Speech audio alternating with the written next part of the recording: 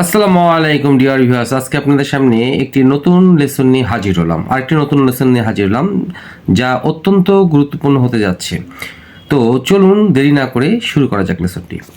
তো এনি, প্রথম শব্দটি হচ্ছে এনি, যার অর্থ হচ্ছে কোনো বা যে কেউ বা কোনো প্রকার। দ্বিতীয়টি হচ্ছে অ্যাট এনি প্লেস, মানে এনি প্লেস কোনো একটা স্থান হতে পারে, যার অর্থ হচ্ছে কোনো স্থানে।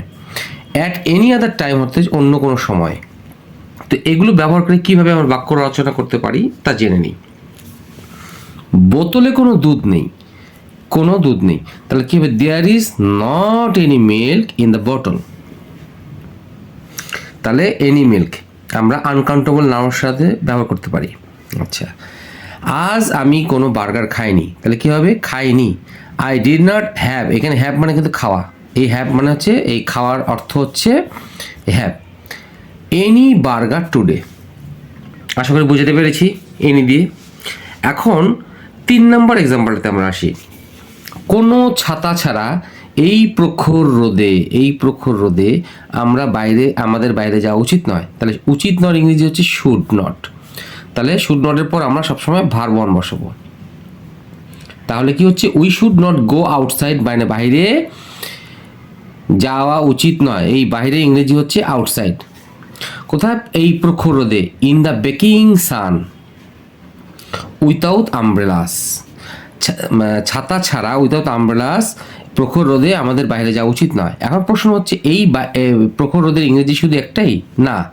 ইন দ্য বেকিং সান হতে পারে, in the burning race of the sun হতে পারে, অথবা in the scorching race of the sun হতে পারে।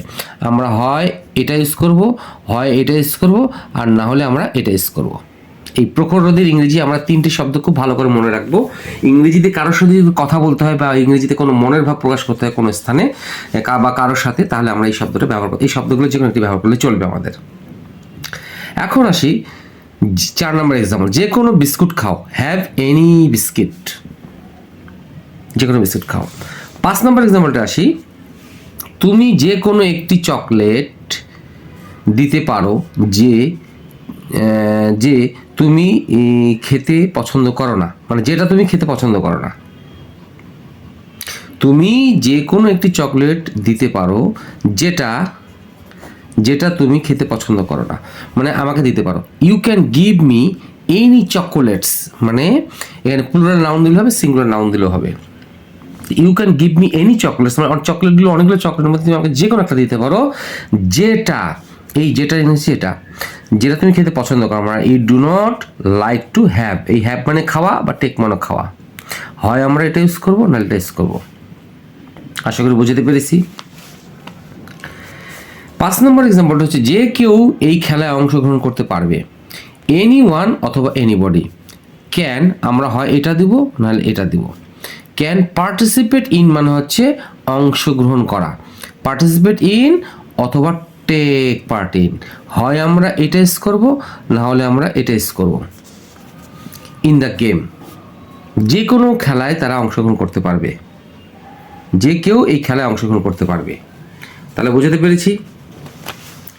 এখন আসি, শিক্ষক ক্লাসে যে কোনো কথা বলা বারণ করেছে, মানে যে কোনো কথা বলতে বারণ করেছে। বারণ করার ইংরেজি হচ্ছে ফরবিড, নিষেধ করা। আমি যদি প্রেজেন্ট ইনডিফিনিট টেন্স দিয়ে বলি, তাহলে এই টিচারের পর third person S by S যোগ হবে। আর যদি প্রেজেন্ট পারফেক্ট দিয়ে বলি, তাহলে আমরা এই হ্যাজ হ্যাভ হ্যাডের পরে এটা ভার্ব 3 হবে। এটা মনে রাখতে হবে। ক্লাসে মানে যে কোনো স্থানে, ক্লাসে, the teacher forbids any talking in the class, অথবা the teacher has forbidden any talking in the class. এই প্যাটার্নটা আমাদের মনে রাখতে হবে। শিক্ষক যে কোনো কথাবার্তা ক্লাসে বারণ করেছে যে এটা করা যাবে না, অথবা the teacher forbids the students talking in the class. এইটা করে আমরা এইভাবে এই প্যাটার্নটা করতে পারি, এই প্যাটার্নও আমরা করতে পারি। অথবা আরেকটা প্যাটার্ন আছে, the teacher has told the students, শিক্ষক ছাত্রছাত্রীদেরকে বলেছে not to talk in the class, ক্লাসে কথা বলতে বারণ করেছে। তাহলে আমরা এই 1 থেকে 6 পর্যন্ত আমরা এনির ব্যবহার শিখলাম। যে কেউ, যে কোনো প্রকার বা কোনো, এই 1 থেকে 6 পর্যন্ত। এবং 6টা আমরা এক্সাম্পলটা আমি আবার দেখানোর চেষ্টা করছি আপনাদেরকে। সেটা হলো যে the teacher forbids present infinitive করতে পারি বা has forbidden past present perfect করতে পারি। Any talking in the class মানে এক কথা শিক্ষক কথা বলতে বারণ করেছে। The teacher forbids the students talking in the class, এভাবেও করা যেতে পারে। মানে এনি টকিং না লিখে আমরা ভার্বের সাথে আইনজি যোগ করে এই কাজটা করা যেতে পারে, অথবা এইভাবেও করা যেতে পারে। The teacher has told the students not to talk in the class. শুধু এই ক্ষেত্রে হবে না, অন্য যে কোনো ক্ষেত্রেও যদি আমরা কেউ কাউকে কোনো কিছু করতে বারণ করি তাহলে এই তিনটা স্ট্রাকচারের যে কোনো একটা ইউজ করা যেতে পারে। যেমন এটি হোক, এই মডেলটি হোক বা এটি হোক, এই প্যাটার্নটা দেখতে হবে আমাদেরকে। এখন আসি যে কোনো স্থানে আমরা যে কোনো বিমানবন্দরে ক্যাব ভাড়া করতে পারি। তাহলে আমরা কি করতে পারি? উই ক্যান হায়ার মানে ভাড়া করা, এই ভাড়া করা ইংরেজি হচ্ছে hire. We can hire a cab, ভাড়া করতে পারি অ্যাট এনি এয়ারপোর্ট, এটা মনে রাখতে হবে। এইটা হচ্ছে যে কোনো স্থান থেকে। আমি আবারও দেখানোর চেষ্টা করতেছি, এই যে আমাদের দ্বিতীয়টি হচ্ছে অ্যাট এনি প্লেস, সেই হচ্ছে যে কোনো স্থানে। 8 নম্বর এক্সাম্পল হচ্ছে আমরা একে অপরের সাথে অন্য কোনো সময় দেখা করতে পারি। তাহলে অ্যাট এনি আদার টাইম হচ্ছে একে অপরের অন্য কোনো সময়, এটা ইংরেজি হচ্ছে এটা আমাদের মনে রাখতে হবে। তাহলে we can meet each other, আমরা একজন আরেকজনের সাথে দেখা করতে পারি যে কোনো সময়। এই ক্যানটা হচ্ছে পারা, মিট হচ্ছে দেখা করা। আমরা যদি এই মিটের সঙ্গে উইথ দিই তাহলে কিন্তু আমাদের ভুল হয়ে যাবে, কারণ মিট উইথ অর্থ হচ্ছে অ্যাক্সিডেন্টের সঙ্গে বা কোনো অপ্রীতিকর ঘটনার সাথে সাক্ষাৎ হওয়া, পড়ে যাওয়া, এরকম অর্থ। যেমন I met with an accident,